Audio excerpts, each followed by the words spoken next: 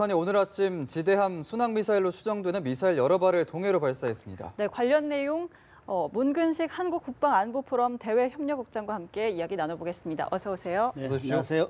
예. 자, 오늘 아침 강원도 원산 일대에서 동해상으로 이제 순항 미사일로 추정되는 발사체를 수발 발사한 건데 현재 비행 거리가 약 200km 정도로 추정이 되고 있고요. 정확한 발사체 종류가 무엇이고 또 위력은 얼마나 될까요? 지금까지는 탄도미사일을 주로 발사했죠. 근데 예. 이제 순항미사일을 발사하는 거는 최근에 들어서 그 미국의 항모전단이 동해에 와서 훈련을 했잖아요. 예. 그래서 거기에 대해서 대응하는 차원으로 예. 발사한 걸로 보고요.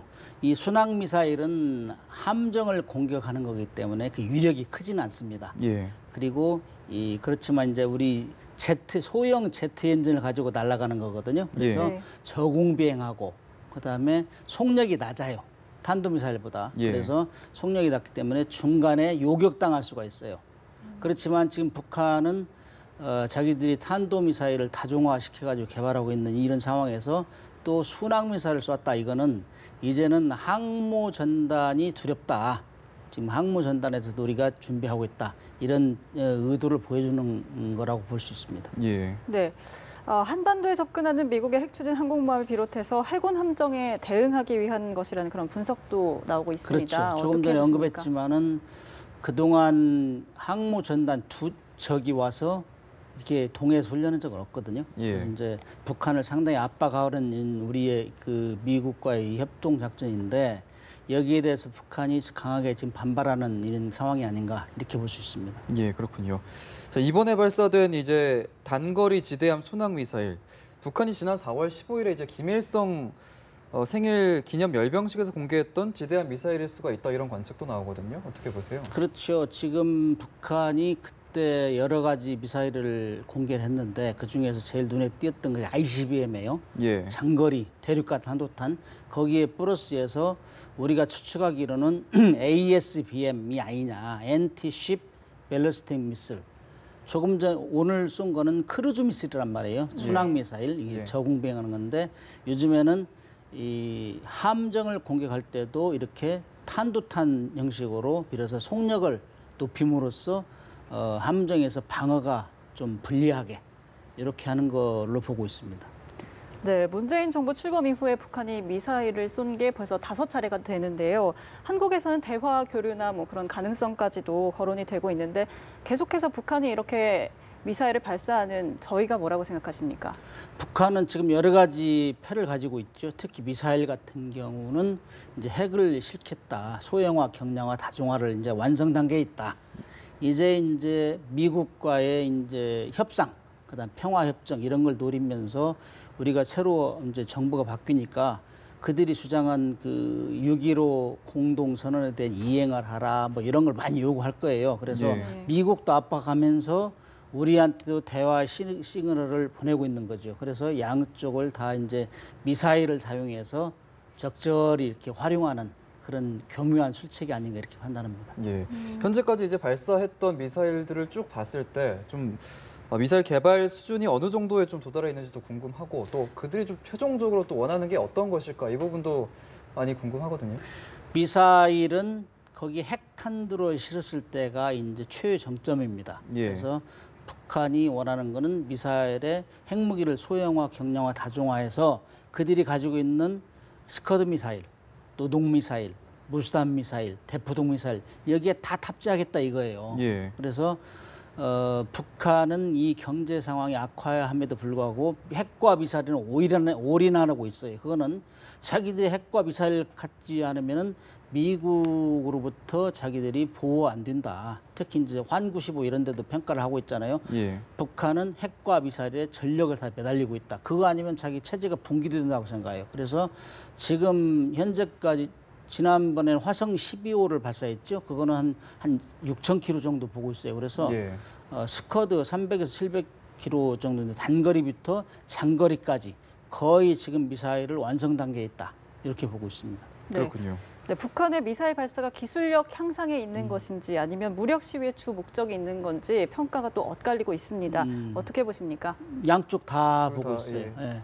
기술력 향상 그렇게 얘기하지만은 사실 북한은 이미 1970년대부터 소련에서 미사일을 사다가 다 연구를 했어요. 그런데 지금 뭐 얼마나 많은 시간이 흘렀습니까? 그래서 우리가 생각하는 것 이상으로 기술력이 발달돼 있고 그 미사일을 개발해서 핵탄두를 탑재함으로써 이제 강대국 반열에 접어들었다. 거기다 특별히 이제 특히 최근에 이제 주장하는 거는 SLBM 있잖아요. 예. 이 핵 미사일 기지는 항상 적으로부터 감시받잖아요. 공격받기 제1 타겟이니까. 예. 그래서 물속에 감추는 것이 SLBM이거든요. 그래서 SLBM까지 개발했잖아요. 예. 그래서 북한은 이런 다종의 미사일을 활용해서 적절히 이렇게 이 협상 전략 도구로 활용할 거라고 이렇게 예상을 하고 있습니다. 예.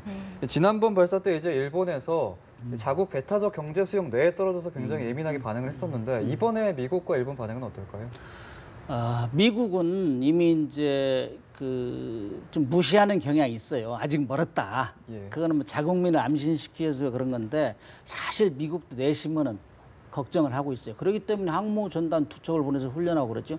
일본은 오히려 이게 찬스를 보고 있어요. 일본은 다 기술을 가지고 있어요. 그러나 이제 예. 미국이 일본에 주둔하고 있고 북한이 그동안 일본에 대해서는 적대적으로 그렇게 뭐 떠들고 그렇지는 않았잖아요. 그러나 이번에 이제 발사하면서 일본을 자극하고 있는데 일본은 아마 아베 신조가 정말 좋은 기회다. 자기들 무장할 수 있는 이 기회로 활용할 걸로 이렇게 예상이 됩니다. 이번 같은 경우에는 이제 미국의 항모 전단을 또 노렸던 어떤 그런 미사일 발사로 볼 수 있기 때문에 미국에서 또 약간 다른 반응도 나오지 않을까요? 어떻게 보세요?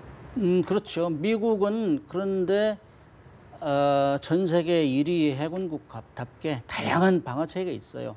항모 혼자만 다니는 것도 아니고 예. 거기에 순양함, 구축함, 뭐 이 조기 경보기 엄청나기 때문에 미국에서 걱정할 바는 아니고 그러나 아무리 그래도 이 미사일이라는 거 한 발만 받아도 이 치명적이기 때문에 거기다 핵탄두를 달겠다는 게 이제 북한의 의도기 때문에 예. 계속해서 압박하는 수밖에 없죠. 그래서 너희들이 아무리 핵 미사일을 개발해도 너희들 소용없다. 무력화시키는 거죠. 그래서 우리도 그런 차원에서 노력을 해야 됩니다. 네. 그렇지 않아도 지금 한국과 미국이 정상회담을 앞두고 있는 상황에서 또 사드 문제로 갈등을 겪고 있지 않습니까? 안보 불안감이 계속 확산되지 않을까 하는 그런 우려도 있습니다. 북한의 도발에 대해서 우리가 어떤 대응책을 마련해야 할까요? 우리 국민들이 잘 이해해야 될 게 세계 대통령 중에 가장 어려운 대통령이 한국 대통령입니다. 예. 이 한민족끼리 또 적이 돼 있고 예. 또 미국하고 또 이렇게 북한이 교류하면서 우리를 무시하고 그래서 우리가 정말 똘똘 뭉쳐가지고 밀어주는 이런 상황이 필요해요. 그래서 지금 이제 한미 정상회담을 앞두고 북한은 계속 도발을 할 거예요. 이런 식으로. 그래서 지금 중요한 거는 북한이 그런 노력을 해도 필요 없다. 그래서 우리가 지금 대통령께서도 자주국방도 하면서 한미 동맹을 강화해야 되겠다. 이 투트랙을 가야 되거든요. 그래서 예. 정말 그동안 우리가 수없는 외침을 받았음에도 불구하고 한미 동맹을 시작하면서부터는 외침이 없었잖아요. 이런 역사적인 교훈을 잘 분석해서 미국과 잘 지내면서 우리가 궁극적으로는 자주국방할 수 있도록 특히 북한은 핵 미사일 잠수함이에요. 이 세 가지에 대해서는 너희들 가져도 무력화시킬 수 있다. 이런 자신감을 확보할 수 있도록 준비를 해야 됩니다. 알겠습니다. 이번에도 유엔 안보리에서 또 성명 채택하겠죠? 지난주에 미국에서도 독자적으로 했고 예. 그다음에 하겠죠. 그런데 지금 카드가 별로 없어요. 그거는 왜냐하면은 북한의 가장 큰 우방국인 중국이 움직이지 않으면은 별반 효과가 없습니다. 예. 그래서 우리도 미국과 중국을 잘 활용하면서 외교적인 지렛대로 활용하면서 어떤 사안이 있을 때 이렇게 활용해야지 우리가 단독적으로 북한을 압박하면서 또 대주변국으로부터 이렇게 손해는 받을 수 없잖아요. 이번에 사드 때문에 중국한테 엄청난 경제적인 보복을 당했는데 예. 그래서 이럴 때일수록 국민들이 혼연일치해서 정말 국가 정책을 밀어주고 이렇게 해야 이렇게 끌고 나갈 수 있다고 봅니다. 네, 오늘 말씀 여기까지 듣겠습니다. 문근식 한국국방안보포럼 대외협력국장과 함께했습니다. 고맙습니다. 고맙습니다. 감사합니다.